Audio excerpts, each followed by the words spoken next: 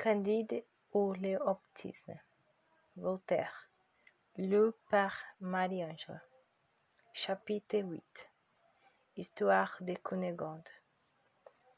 J'étais dans mon lit et je dormais profondément quand il plut au ciel d'envoyer les bougères dans notre beau château de Thunderton Rock. Ils égorgeront mon père et mon frère et couperont ma mère par morceaux. Un grand bouguer aux de 6 pieds, voyant qu'à ces spectacles j'avais perdu une connaissance, s'est mis à me violer. Cela me fit revenir, j'ai repris mes sangs, j'ai crié, je me débattis, j'ai mordi, j'ai égratigné, je voulais arracher les yeux à ces grandes bouguères, ne sachant pas que tout ce qui arrivait dans le château de mon père était une chose d'usage. Le brutal me donna un coup de couteau dans le flanc gauche, dont je porte encore la marque. Et là, j'espère bien la voir, dit le net Candide.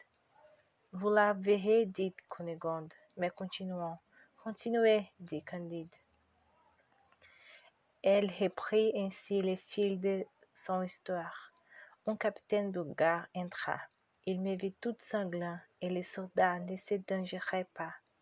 Le capitaine se mit en colère du peu de respect que lui témoignait ce brutal, et le tua sur mon corps.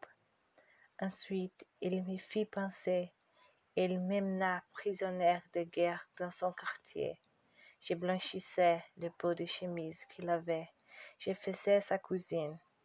Il me trouvait fort jolie, il faut l'avouer, et je n'irais pas qu'il ne fût très bien fait, et qu'il n'eût la peau blanche et douce. Dans l'air peu d'esprit, peu de philosophie, on voyait bien qu'il n'avait pas été élevé par le docteur Pangloss. Au bout de 3 mois, ayant perdu tout son argent et s'était dégoûté de moi, il me vendit à un juif nommé Don Issachar, qui trafiquait en Hollande et en Portugal, et qui aimait passionnément les femmes. Ces juifs s'attachent beaucoup à ma personne, mais il ne pouvait en triompher. Je lui ai mieux résisté qu'au soldat bulgare. Une personne d'honneur peut être violée une fois, mais sa vertu s'en affermit. Les juifs, pour m'apprivoiser, m'emmena dans cette maison de campagne que vous voyez. J'avais cru jusque-là qu'il n'y avait rien sur la terre de si beau que le château de Thunderton. J'étais détrompé. Le grand inquisiteur m'aperçut un jour à la messe. Il me lorgna beaucoup et me fit dire qu'il avait à me parler pour des affaires secrètes. Je fus conduit à son palais. Je lui ai pris ma naissance. Il me représenta combien il était au-dessous de mon rang d'appartenir à un Israélite. On proposa de sa part à Don Issachar de me céder à mon seigneur. Don Issachar, qui est le banquier de la cour et homme de crédit, n'en voulait rien faire. L'inquisiteur la menaça dans d'autres faits. Enfin, mon juif, intimidé, conclut un marché, par lequel la maison et moi leur appartiendrait à tous deux en commun, que les Juifs auraient pour lui le lundi, mercredi et les jours de sabbat, et que l'inquisiteur aurait les autres jours de la semaine. Il y a six mois que cette convention subsiste. Ce n'a pas été sans querelle, car souvent il a été indécis si la nuit du samedi au dimanche appartenait à l'ancienne loi ou la nouvelle. Pour moi, j'ai résisté jusqu'à présent toutes les deux, et je crois que c'est pour cette raison que j'ai toujours été aimé. Enfin, pour détourner le flot de tremblements de terre et pour intimider Don Issachar, il plut à Monseigneur l'inquisiteur de célébrer un ordre de fête. Il me fit l'honneur de m'inviter. Je fus très bien placé. On servit aux dames de réfléchissement entre la messe et l'exécution.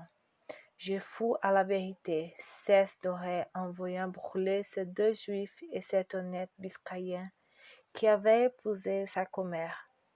Mais quelle fut ma surprise, mon effroi, mon trouble quand je vis dans un sorbonneau et sous une mitre une figure qui ressemblait à celle Pangloss.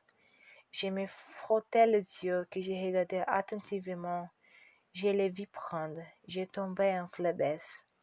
À peine reprenais, je me sens que vous vis dépouiller toutes nous. Ce fut la comble de l'horreur, de la consternation, de la douleur, du désespoir.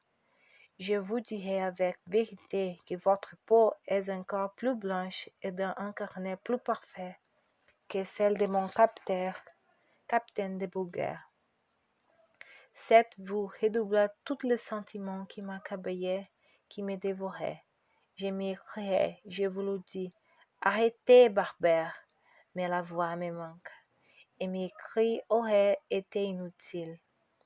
Quand vous autres étiez bien fessés, comment se peut-il faire, disais-je, que l'amable Candide et le sage Pangloss se trouvent à Lisbonne, l'un pour recevoir 100 coupes de fouet et l'autre pour être pendu par l'ordre de monsieur l'inquisiteur, dont je suis la bien-aimée.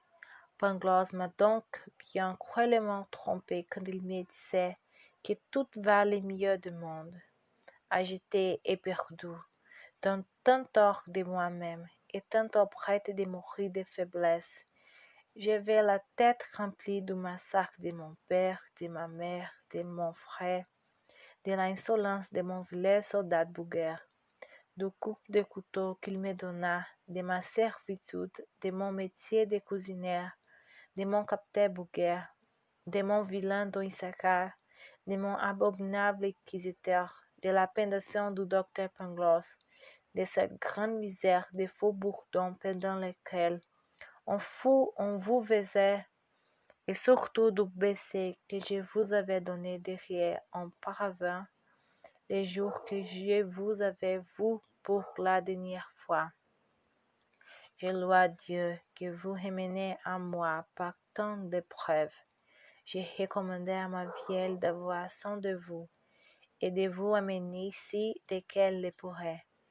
Elle a très bien exécuté ma commission.